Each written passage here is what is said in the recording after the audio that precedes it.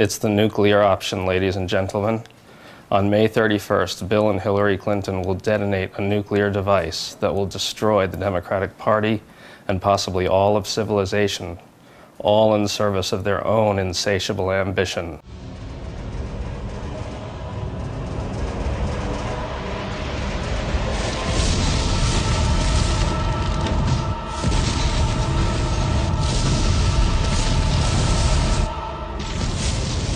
Hi, this is Greg Sargent from TPM Media. It's Thursday, May 22nd, 2008. To hear some pundits tell it, the so-called nuclear option is what we're going to be seeing from Hillary and Bill on May 31st, which is the next key date in the Democratic primary. That's the day that the DNC's Rules and Bylaws Committee meets to figure out what to do about the disputed Florida and Michigan delegations. Now, the nuclear option theory has it that Hillary controls a majority of that committee and will use that committee to nefariously ram through some sort of Florida and Michigan solution that somehow, some way, enables her to close that pledged delegate count. This idea within your campaign that you have a secret plan to take care of the Florida and Michigan problem. It's called the nuclear option. The term that is being used is the nuclear option, that she's going to go scorched earth. That would be scorched earth, and that's the way it's described. One called it the nuclear option. The nuclear option. This nuclear option. What's called the nuclear option.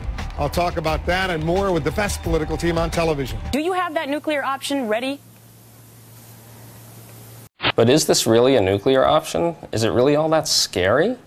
What's going to happen that day anyway? Now, of the 30 members of this committee, 13, according to the New York Times, support Hillary, and 8 support Obama, and the rest are neutral. So is this a cause for real terror that the Hillary forces will hijack these proceedings?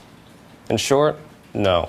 For one thing, members of this committee privately have told the Associated Press in recent days, many of them have said this, that they're not inclined to support Hillary's best-case scenario, which is to seat the delegates in accordance with the voting. There's a very simple reason for this. Each of these committee members has careers of their own. They can't be perceived to be taking a nakedly political position like an extreme of one campaign's or the other's. Secondly, the Hillary forces don't get to uniformly decide what it is that the committee even debates in the first place. The proceedings are going to be mobbed with reporters and everything's taking place in public. It's going to be a little bit like a board meeting or maybe a congressional hearing where the committee hears different pitches, solutions for what to do about the problem. Now, the Hillary and Obama campaigns right now won't say what precisely they're going to pitch, but we can make a pretty good guess. The Hillary people will almost certainly argue for what they've been arguing for all along, which is a full seating of the delegations. The Obama people will make their own pitch, though it's unclear what they're going to say.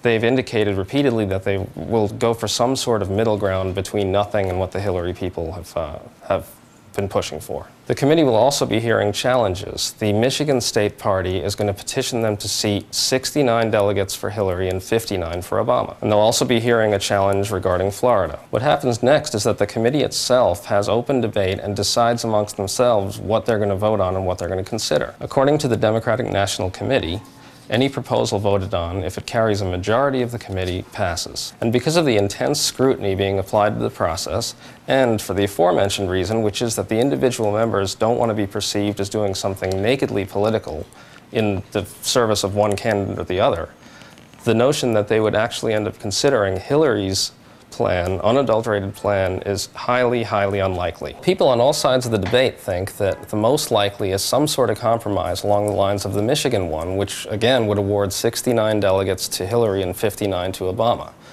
Maybe some sort of similar compromise might be voted on in the case of Florida, too. Now, just to repeat this, the reason that it's likely that a compromise will pass is, again, because the individual members, even if they're declared to be in Hillary's camp or Obama's camp or whatever, are individuals with careers and don't want to be perceived doing a nakedly political move that benefits one candidate to a very strong degree. Now, what about how this all affects the big magic number, 26 delegates, the magic number that the Obama campaign and the Hillary campaign previously and many others were pointing to as the number needed to secure the nomination? Now, depending on the solution that the committee adopts, it's possible that that number could go up.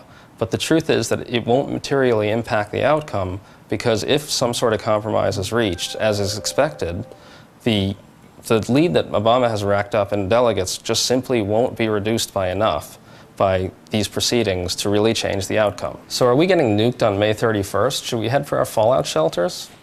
Don't think so. I mean, anything can happen, but the bottom line here is that this thing is totally within the rules, it's totally open to the press, it'll be heavily scrutinized, and it's highly unlikely to affect the material outcome of the race one way or another. It's actually not that nuclear. This is Greg Sargent for TPM Media, and we'll talk to you next week.